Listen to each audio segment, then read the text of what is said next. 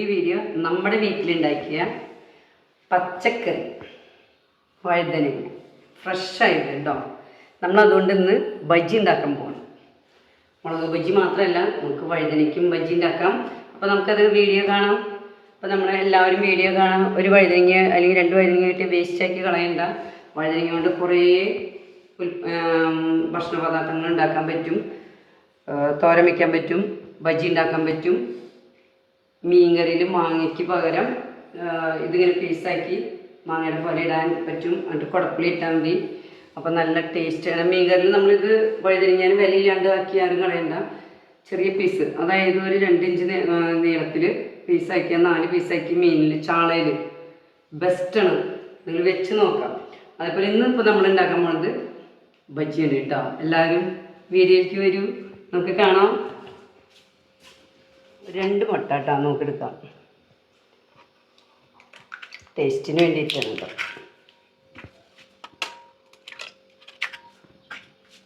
മൈദ ഇട്ടു. ഇതിലൊക്കെ ബേക്കിംഗ് പൗഡറൊക്കെ ഇടും കേട്ടോ. നമ്മളതൊന്നും ഇടണില്ല, നല്ലതുകൾ മാത്രം. ബേക്കിംഗ് പൗഡർ ഇട്ടൊന്ന് വീർത്ത് വരും, അപ്പോൾ അത് ഇടല്ല. ഇച്ചിരി മഞ്ഞൾപ്പൊടി ഇട്ടു, ജീരകം, ഇതൊക്കെ കുറേശ്ശെ ഇട്ടാൽ മതി.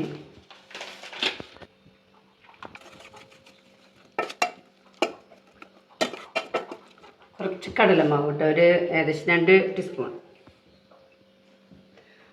ഇങ്ങനെ മലർന്ന് പോകണ്ടല്ലോ, അപ്പോൾ അതൊന്ന് ശരിയായി. കുറച്ച് വെള്ളം, ആവശ്യത്തിന് ഉപ്പ്,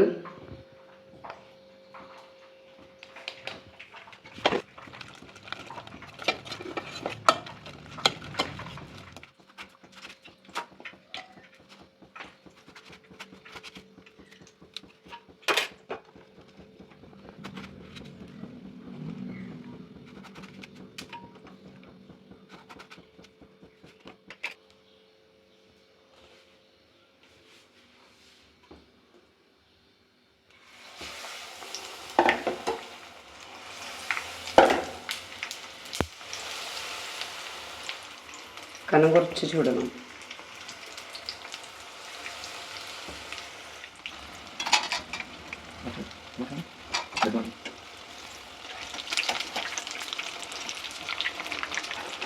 മുളക് കൊണ്ട് മാത്രമല്ല കേട്ടോ ബജ്ജി ഉണ്ടാക്കാം. വഴുതനങ്ങയ്ക്ക് ഉണ്ടാക്കാം, കായ കൊണ്ട് ഉണ്ടാക്കാം.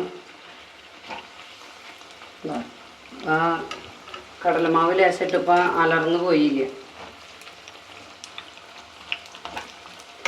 ഇത് ഇച്ചിരി കട്ടി കൂടിപ്പോയി, ഇത് പീസാക്കാൻ മറന്നുപോയി.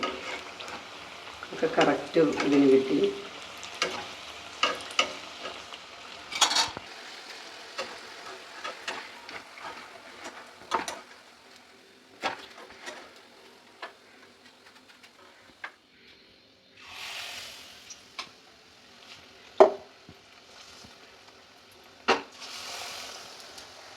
വഴുതനങ്ങ നമ്മൾ കനം കുറച്ച് ഉണ്ടാക്കണം കേട്ടോ.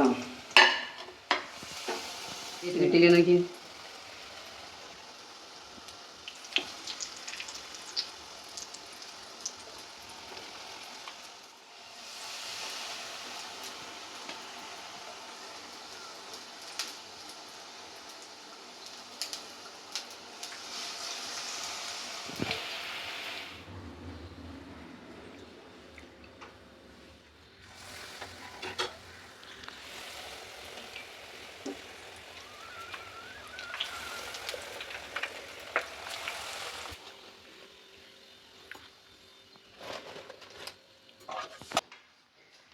ശരിക്കും മുളക് ബജ്ജി പോലെ ആയിട്ടുണ്ട്. നല്ല സ്മൂത്താണ്. മുളക് ബജ്ജിയുടെ പോലെ തന്നെ നല്ല സ്മൂത്താണ്. നമ്മൾ കളറൊന്നും ചേർത്തിട്ടില്ല, ഫ്രഷ് ആയത്. നമ്മുടെ വീട്ടിലൊരു വഴുതനങ്ങ തന്നെയാണെങ്കിൽ സാമ്പാറിനൊക്കെ വഴുതനങ്ങ കിട്ടുകയാണെങ്കിൽ നമ്മളത് വേസ്റ്റാക്കി കളയരുത്. നമുക്കത് ഉപകാരപ്പെടും. നമ്മൾ മൈദയ്ക്ക് പാലിച്ച് അരിപ്പൊടി ചേർത്ത് എങ്ങനെയാണെന്ന് എനിക്കറിയില്ല. ഞാൻ ഇത് അലർന്ന് പോവാതിരിക്കാൻ വേണ്ടിയിട്ട് ഇച്ചിരി കടലമാവ് ചേർത്തതാണ്. പിന്നെ ബേക്കിംഗ് പൗഡർ അങ്ങനെയുള്ള കാര്യങ്ങളൊന്നും ചെയ്തിട്ടില്ല.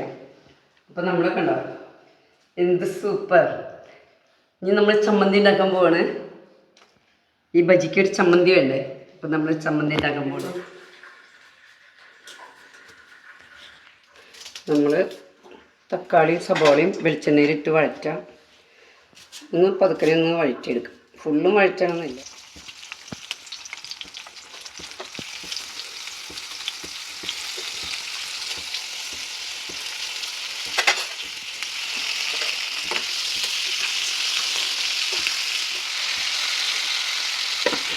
വയ്ക്കാൻ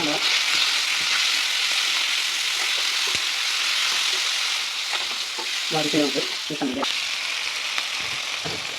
ഇത് 1/2 ടീസ്പൂൺ ഉണ്ടാകും. നമ്മൾ 1/2 ടീസ്പൂൺ എടുക്കാനല്ല കാശ്മീരി മുളക് പൊടി.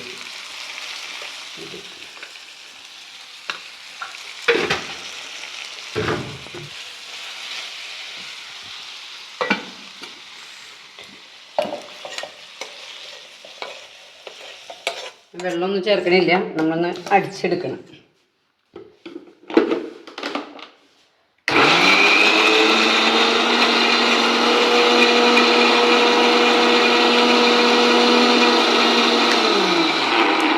ചമ്മന്തി ബജ്ജി റെഡിയായി, നമ്മുടെ ചമ്മന്തി റെഡിയായി. നല്ല ടേസ്റ്റ് ഉള്ളത്. നമ്മളിനി ഒരിക്കലും വഴുതനങ്ങേനെ നഷ്ടപ്പെടുത്തി കളയരുത്. സാമ്പാർ കൂട്ടൊക്കെ മേടിക്കുമ്പോൾ നമുക്ക് 2-3 വഴുതനങ്ങ കിട്ടുകയാണെങ്കിൽ അത് നമുക്ക് ഉപയോഗിക്കാം. ചായക്ക് കടിയായി.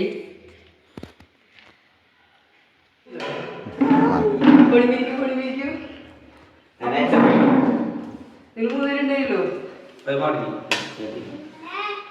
കളിവാ ബായോ ഓരോ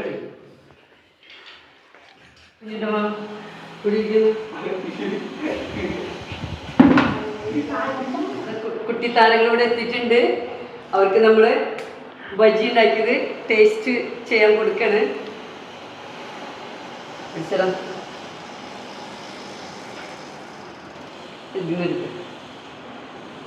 സമ്മതി മുക്കും കുഞ്ഞിട്ട് കാളി എടുക്കും. ഇത് നമ്മുടെ കുഞ്ഞിക്കാളി ഉണ്ട്, കാളിക്കുട്ടൻ. ചമ്മന്തിയിൽ മുക്കി കഴിക്കും. നന്നായിട്ട് ചമ്മന്തി മുക്കി കഴിക്കും.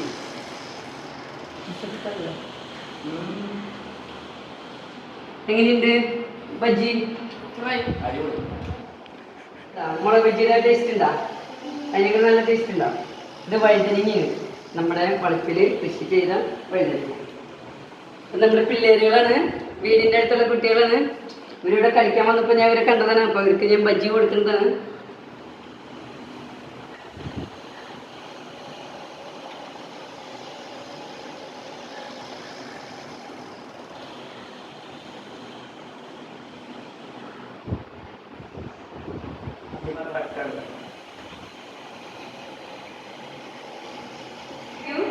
ബജ്ജി കഴിച്ച് ചമ്മന്തി മുക്കി ഇത് പിടിക്കണോ കഴിക്കില്ല.